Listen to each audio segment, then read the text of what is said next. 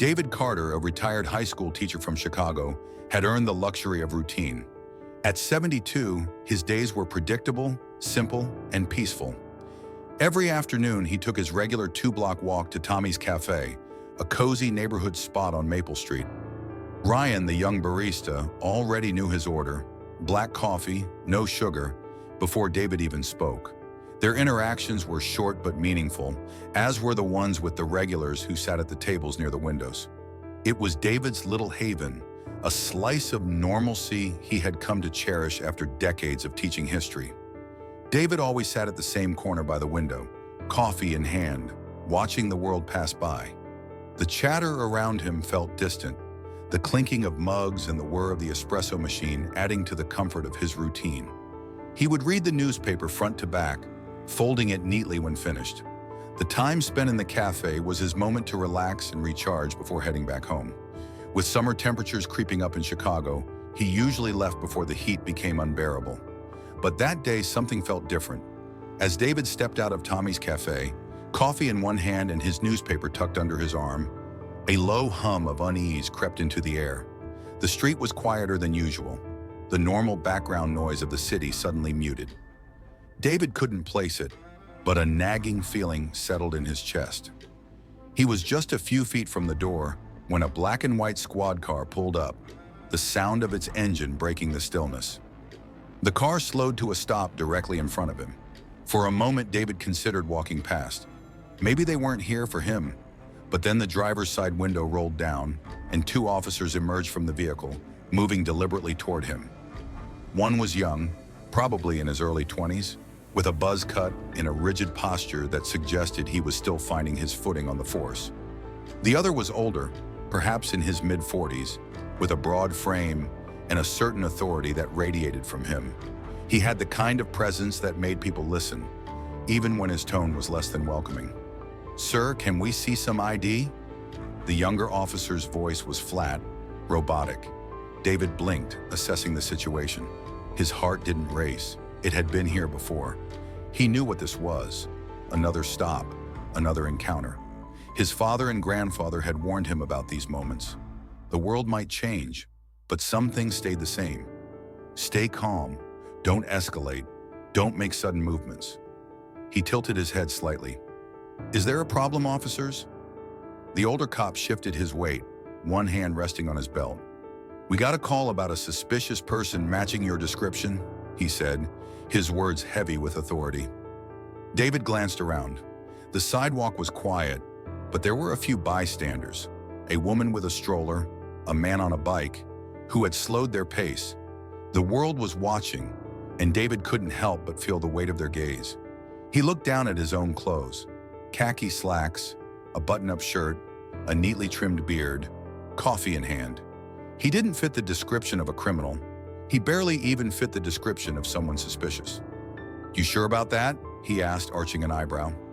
The younger officer squared his shoulders, trying to appear more confident. "We just need to check your ID. Standard procedure." David knew exactly where this was going. He had 2 choices: comply and walk away, or stand his ground. He had dealt with situations like this too many times before to be intimidated. He reached into his pocket and pulled out his wallet, but before he could hand over his ID, the older officer took a step forward, one hand hovering near his belt. "Stop!" the older officer commanded, his tone now more forceful. "Hands on the car." David's body stiffened. He could feel the tension in the air shift. This wasn't about checking an ID anymore. This was about power, about control. His pulse quickened, but he refused to show fear. He had seen this happen too many times on the news. Too many stories of men who didn't make it out of situations like this. "Can you tell me what I'm being detained for?" David asked, his voice calm but firm. The younger officer hesitated, looking to his partner, but the older officer didn't budge. "You fit the description," he repeated, as if that explained everything. David could feel the eyes of the crowd. Someone was already holding up their phone, recording. This moment was turning into something bigger, and David was ready to face it head-on. David felt the tension in the air shift, heavier now, the street noises drowned out by the rising beat of his pulse. He could sense the shift in the officer's demeanor, as they closed in on him. The older cop, Mark Denny, stepped closer, his hand never far from his belt. His posture was solid, a practiced ease in his movements, a signal of his authority.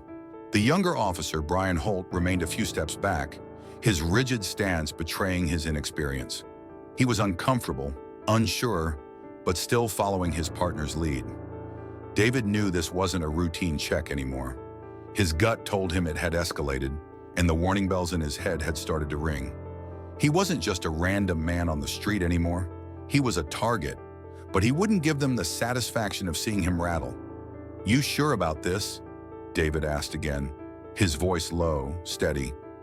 The younger officer hesitated, but Mark Denny's gaze remained fixed on David. "We're following up on a call," he repeated, his tone colder now. "That's all." David glanced around again. He noticed a few more people had slowed, some curious, some watching intently. The woman with the stroller had stopped walking, her eyes flicking nervously between the officers and David. The man on the bike was now standing a few feet away, his phone subtly raised, camera aimed in their direction. "Suspicious," David muttered under his breath. His hands were still visible, resting at his sides, though his nerves were starting to tighten. The older cop's aggressive posture, the way he kept edging closer, made his intentions clear. David had been stopped like this before, but something felt different this time. "You have any weapons?" Brian Holt asked, still standing behind his partner, though his voice now had a slight tremor to it. David exhaled slowly. "Do I look like I have a weapon?" He let out a short, bitter laugh. The absurdity of it all made him feel both exhausted and angry. He turned his head to face the younger officer. "Is this really happening?" Brian glanced at Mark, who gave a small, almost imperceptible nod. It was clear now that Mark was in charge. He was the one calling the shots, and Brian was simply following his lead, even if it was becoming increasingly obvious that this situation was spiraling out of control. David kept his gaze fixed on the younger officer. "You sure about this?" he asked again, his voice calm but sharp. The crowd had grown slightly, people standing a few feet away, observing but not intervening. Some had their phones raised, capturing everything. This wasn't just another routine stop. This was a moment that would be seen by others, maybe even the world. Mark Denny seemed unfazed, though. His eyes narrowed and his voice became more forceful. "Just cooperate and you'll be on your way," he said, like he had said it 100 times before to someone just like David. The subtext was clear: comply, or things could get worse. David's frustration simmered beneath the surface, but he kept himself in check. He knew all too well how easily situations like this could escalate. His hands twitched and his mind raced, but he remained still. He had seen too many stories end tragically after a simple stop. Too many times had he watched the news, seen another man, another black man, forced to the ground, restrained, or worse, because of a mistake, a misunderstanding. "I don't resist, I don't fight, I don't run," David had told his daughter Emily countless times growing up. He'd told her that these were the rules, the survival instincts they both had to live by. But right now that rule felt heavy in his chest. The weight of it all was too much. Suddenly David made a decision. Slowly, carefully, he reached into his pocket and pulled out his phone. He knew what it meant. He could feel the shift in the air as both officers tensed. Mark's hands shot up, his expression hardening. "Hands where I can see them," he ordered, his voice now a little more desperate. David didn't flinch. He held the phone up slowly, his movements measured. "I'm calling my daughter," he said, his voice calm but unwavering. Brian Holt looked confused for a moment, his brow furrowed. "Sir, just..." David pressed the number, the one he knew by heart. His thumb hovered over the screen as it rang. 2 rings, then 3 before Emily picked up. "Hey, Dad, what's wrong?" Emily's voice was sharp, controlled. She could always tell when something wasn't right. David allowed himself to take a deep breath. For the first time in what felt like forever, he felt a sense of relief. He'd made the call. She was on the other end, and things were about to change. "Just outside Tommy's Cafe," David said, his eyes still locked on the officers. "They stopped me. They're questioning me for no reason." David stood there, phone in hand, watching the two officers closely. The older one, Mark Denny, had yet to make a move, but his face had hardened, his posture tightening as if bracing for a confrontation. The younger officer, Brian Holt, was less certain, shifting uneasily from foot to foot, his gaze darting between David and the crowd. The tension in the air was thick now, the weight of the moment almost palpable, and in that silence, David let the phone ring. 1, 2, 3 rings. Finally, Emily answered, and hearing her voice on the other end was like a lifeline thrown into turbulent waters. "Hey, Dad, what's wrong?" Emily's voice was sharp, focused, the kind of tone she always used when things were about to get serious. David felt a wave of relief wash over him. She was there.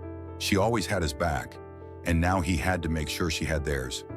"They stopped me, Em. They won't let me go," David said, his eyes never leaving the officers. The words left his mouth quietly, but with the kind of steel that comes from years of experience. Years of being told to stay calm and don't escalate. But this time, it felt different. This time, he wasn't alone. "They've got no reason to be stopping me." A moment of silence passed. David could almost hear the wheels turning in his daughter's mind, her sharp, strategic brain already processing everything, already calculating the next move. He could picture her face, brows furrowed in concentration, probably already thinking about how to handle this on a larger scale. "What's your location?" Emily asked, her voice now steady and commanding. She wasn't asking, she was directing. "Just outside Tommy's Cafe on Maple," David replied, his voice tight but even. "Stay on the line. I'm putting you on speaker," Emily instructed, her tone now unmistakably authoritative. David felt a surge of pride in his chest. His daughter wasn't just any lawyer, she was one of the highest-ranking officials in the U.S. Department of Justice, and she wasn't going to let this go. She wouldn't let them push him around. As Emily's voice crackled through the speaker, clear and unwavering, the atmosphere around them shifted. The younger officer, Brian, who had been unsure of himself only moments before, now looked even more uncertain, his eyes flickering to Mark for guidance. But Mark wasn't looking at him anymore. His eyes were fixed on the phone in David's hand.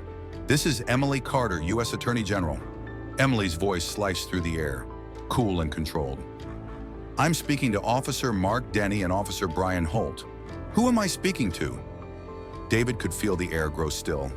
The crowd, which had been quietly gathering, seemed to hold its collective breath.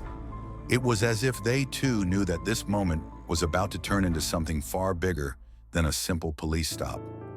Mark Denny's jaw tightened, but he didn't speak immediately. Brian Holt took an instinctive step back, his body language defensive now, as if trying to distance himself from what had just escalated. They both knew who Emily Carter was. They didn't have to be told. For a moment there was silence.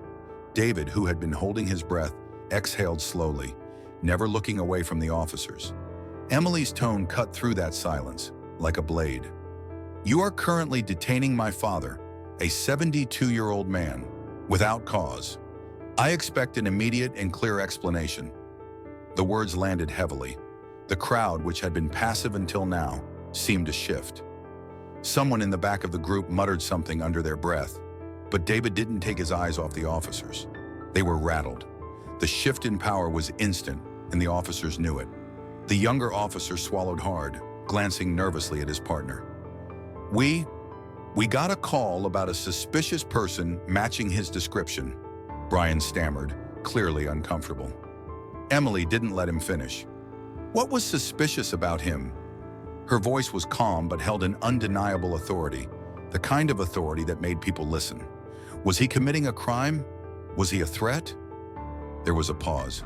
The officers hesitated, their uncertainty hanging in the air like a fog. The crowd was beginning to murmur, phones still raised, capturing everything. Someone in the back, a woman in a navy blazer, had already started taking video.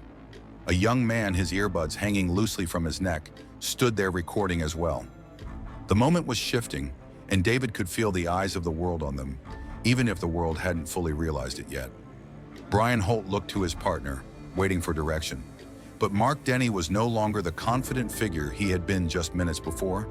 His face had gone from firm to defensive, and David could see the realization dawning on him that this was spiraling out of his control. Mark swallowed, his voice suddenly more measured. "It was a misunderstanding," he muttered, his gaze shifting to the crowd that had gathered. He was trying to backpedal, to get the situation under control, but it was too late. The officers had made their move, and now the world was watching. David's grip tightened on the phone, but he didn't flinch. He had done his part. Emily was already on it. The crowd had already seen enough. And the story, whether the officers liked it or not, was already unfolding. The moment was frozen in time. For a brief second, the world seemed to stop as the silence thickened. The officers stood there, caught in the weight of their own actions, unsure of what to do next. The crowd around them, previously passive, was now stirred. People were recording, watching, and waiting. The tension in the air was palpable, and the officers knew they had lost control.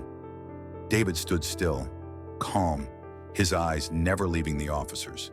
His hand still held the phone up, the speaker on, and Emily's voice, clear and unwavering, echoed through the quiet street. "Am I free to go?" David's voice broke through the stillness, his question simple but heavy.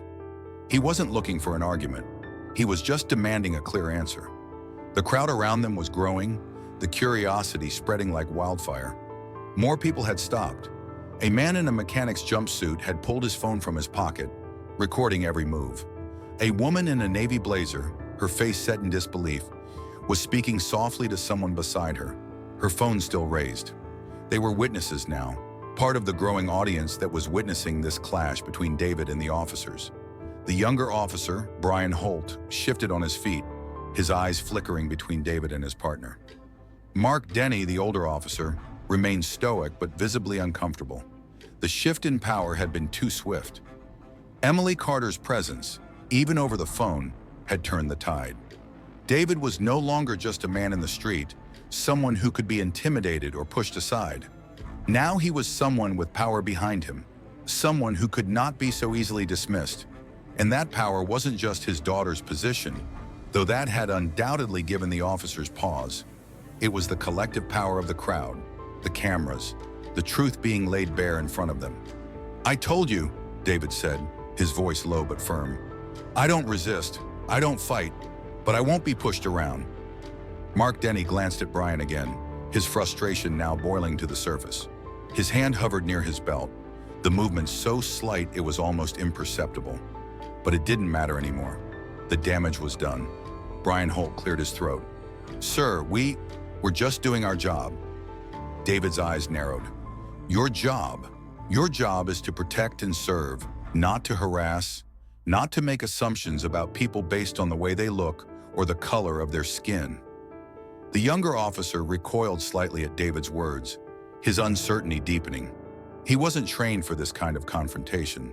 Mark Denny, on the other hand, wasn't as easily rattled, but even he could feel the gravity of the moment. He had misjudged this situation, and now the consequences were unfolding right before him. The crowd had started murmuring, a ripple of voices that made it clear this wasn't just about David anymore. This was about something larger, something that had been building for years. The eyes of the world weren't just on them. They were on the entire system that allowed moments like this to happen, and they were waiting for an answer. David exhaled slowly, letting the moment sink in. The police had overstepped, and now they were left with no excuse. The power had shifted, and the officers were no longer in control. David wasn't just walking away from this. He was standing his ground, letting them know that he wouldn't let them erase his dignity. Mark Denny finally spoke, his voice reluctant, clipped. "You're free to go, sir." David didn't move immediately. He let the words hang in the air. He wanted them to understand. He wanted them to know that their authority had been stripped away in that moment. The power they thought they had wasn't real. It was fragile, built on the illusion of control. And today, they had lost it. For a moment, everything held still. The crowd was silent, phones still aimed at the officers, recording the quiet aftermath. It wasn't just a win for David. It was a win for everyone who had ever been stopped, intimidated, or made to feel less than human by those who were supposed to protect them. David turned slowly, his posture relaxed but purposeful, and walked away. His steps were measured, not hurried. He was walking away on his own terms, not theirs. As he moved away from the officers, His phone buzzed in his pocket. He didn't need to check it. He already knew who it was.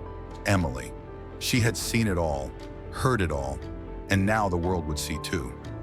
"Thanks, Em," David whispered to himself.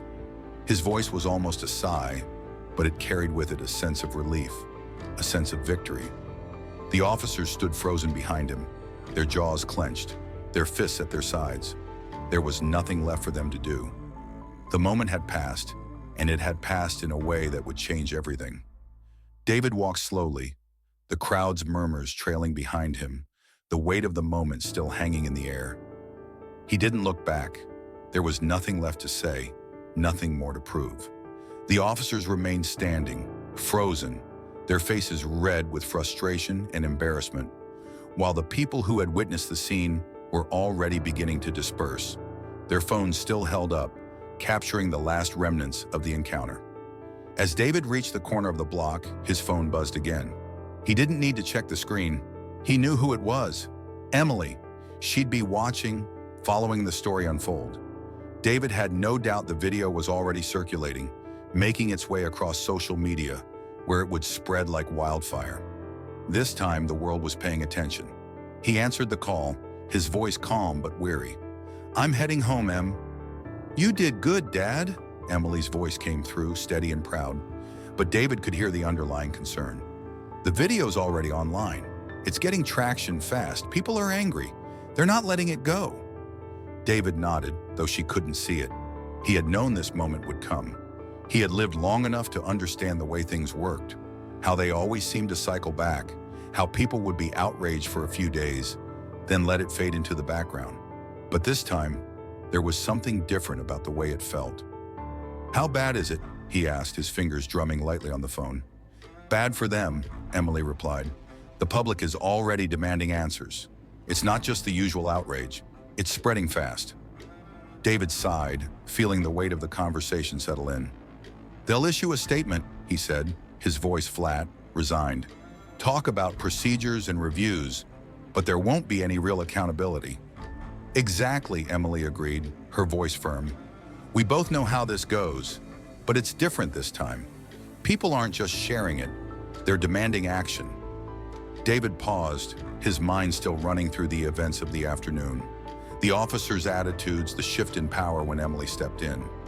It had all happened so fast, and yet it felt like something had finally broken in the system. It wasn't just his fight. It wasn't just his moment.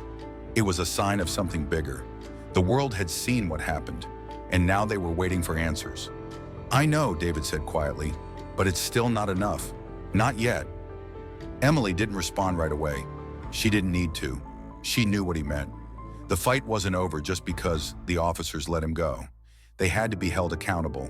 And more than that, things had to change. He couldn't just walk away thinking it was done. No, this was only the beginning.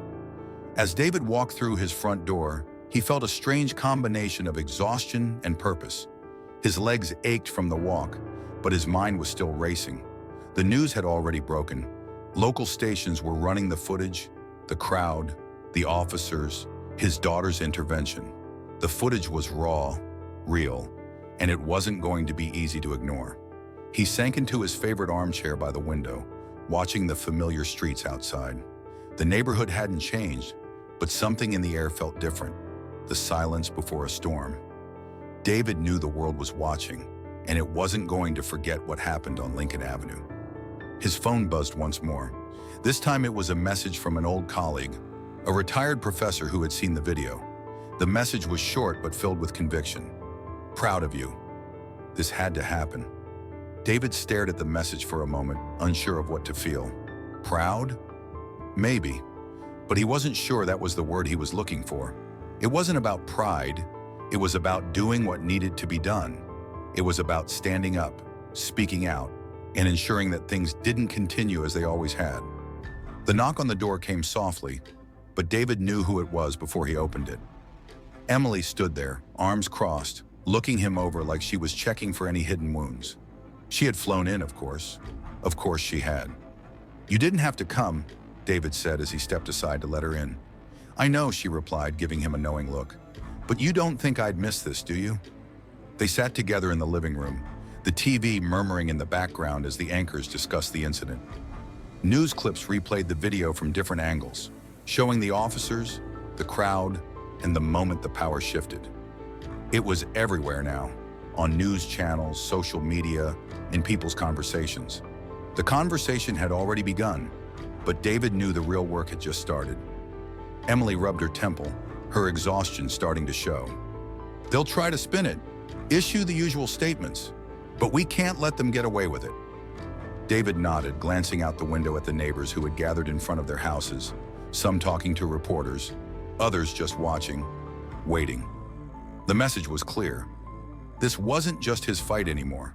It was everyone's. They won't forget, David said with a small smile. Not this time. Emily leaned back, looking at her father with a mix of admiration and determination. Then let's make sure of it. David chuckled softly, shaking his head. You've always been the stubborn one. I get that from you, Emily replied, a rare smile tugging at her lips. Now let's get to work. David took a slow sip from his coffee, feeling the weight of everything he had done and everything that was to come. He wasn't sure what the future held, but he knew one thing. The world wasn't turning away from this one, and neither was he.